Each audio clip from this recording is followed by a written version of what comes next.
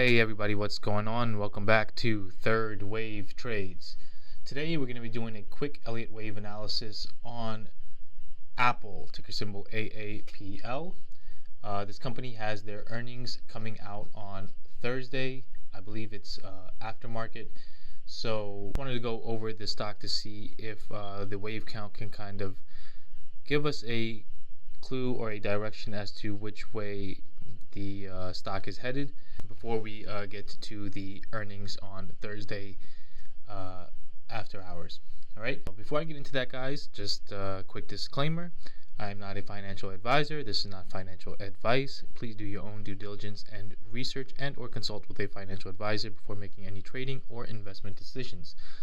Secondly, if you guys do find the video helpful, please hit the like button below and subscribe to the channel to get more Elliott wave breakdowns of your favorite cryptos, stocks, and commodities.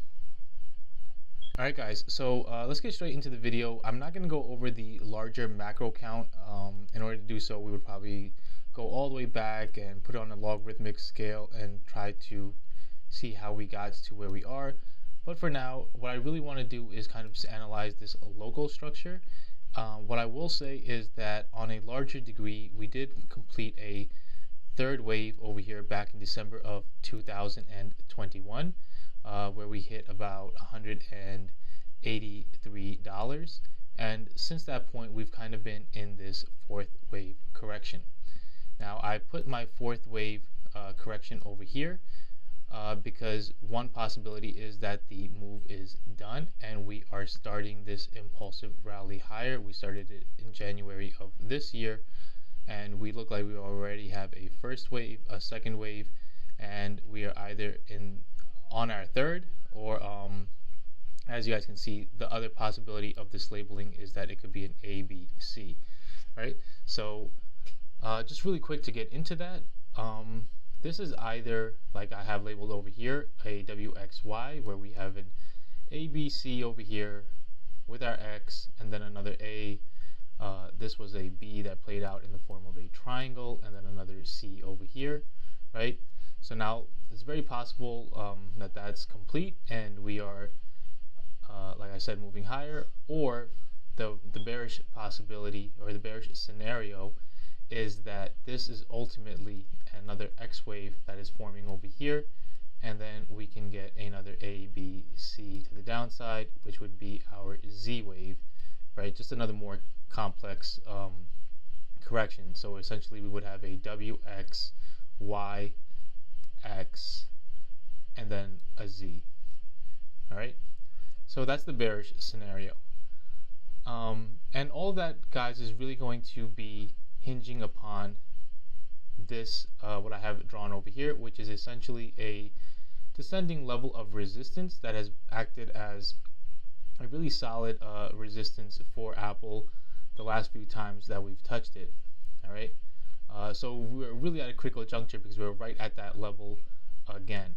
All right, so you guys can see, if I zoom in over here a little bit, we've actually touched this point several times. All right, so the very first time we hit it over here, right before we made our high, we got rejected, came back, and you know, this, although we broke past it, we never closed above it, so that's another rejection, right?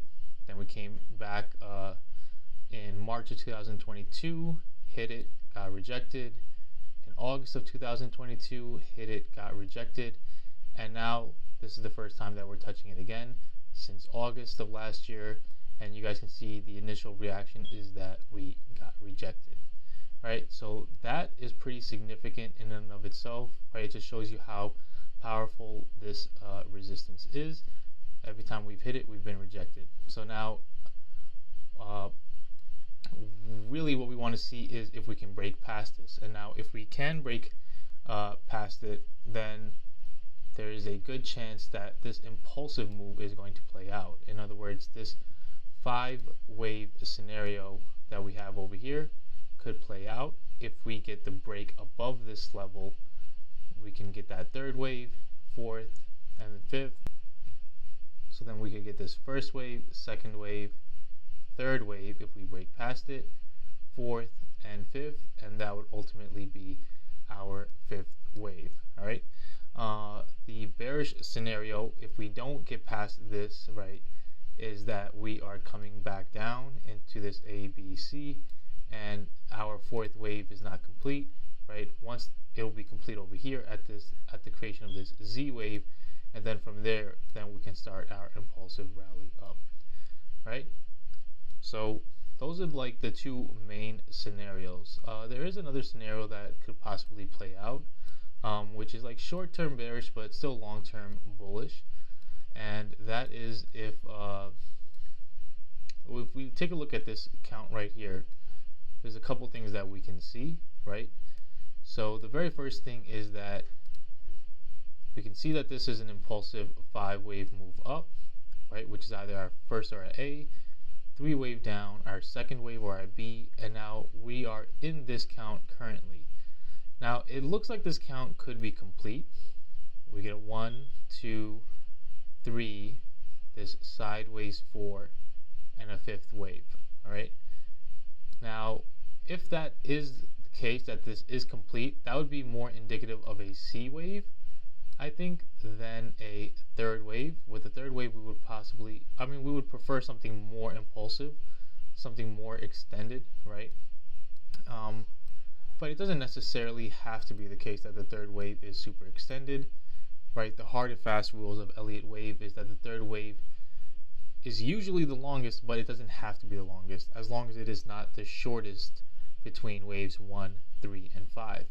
So it is still possible that this could still be a 3rd wave. It's still made up of 5 waves. We can count it, right? So then the scenarios are, like I said, as follows. Also, by the way, guys, we could use the Fibonacci extension tool to just measure, and we see that this isn't even a 1-to-1 extension, right? Even on a C wave, we might expect a 1-to-1 extension, but it doesn't have to be, right? We have a 5-wave count within this, so it is possible that this is done. And if we get rejected here hard, right, as you guys can see, initially we got rejected. The market is closed for today, guys. It just closed. We closed at $168.55.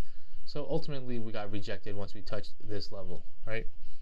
But if we continue to get that, continue to get lower lows, then this rejection holds, then likely we're headed either further down, or in this scenario, we can still have the case that this only is a 4th wave correction, and then we get a 5th wave over here.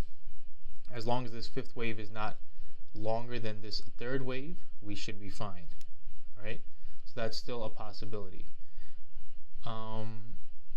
And if that is a possibility, what I would expect to kind of play out is sort of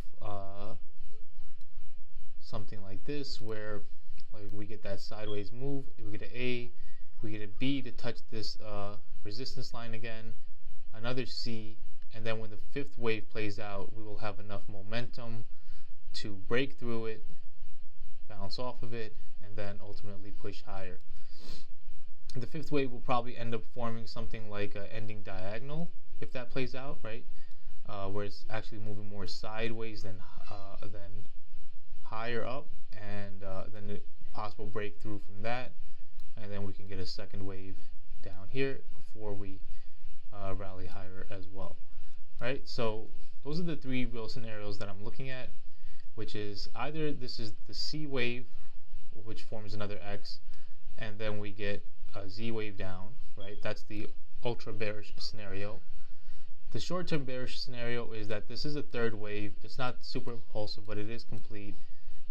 Then we get an A, B, C 4th wave, and then we get we get a shorter 5th wave, right?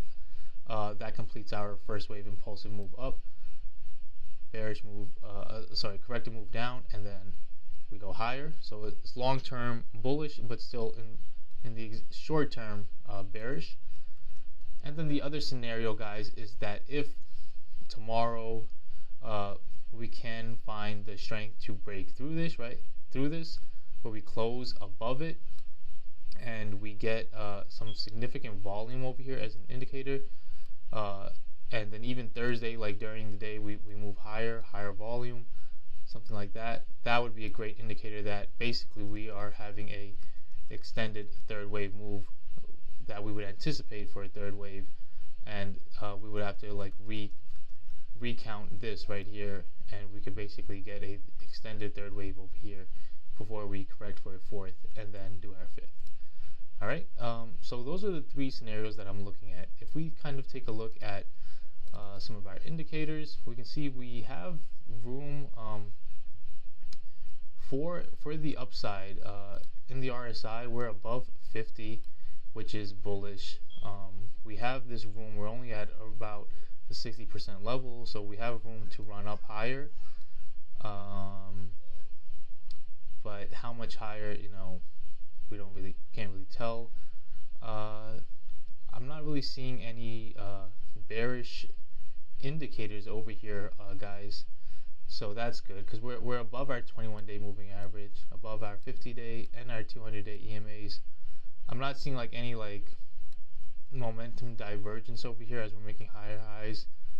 I guess over here you can kind of say we're making slightly lower highs on the RSI as we're moving up, but it doesn't look too significant.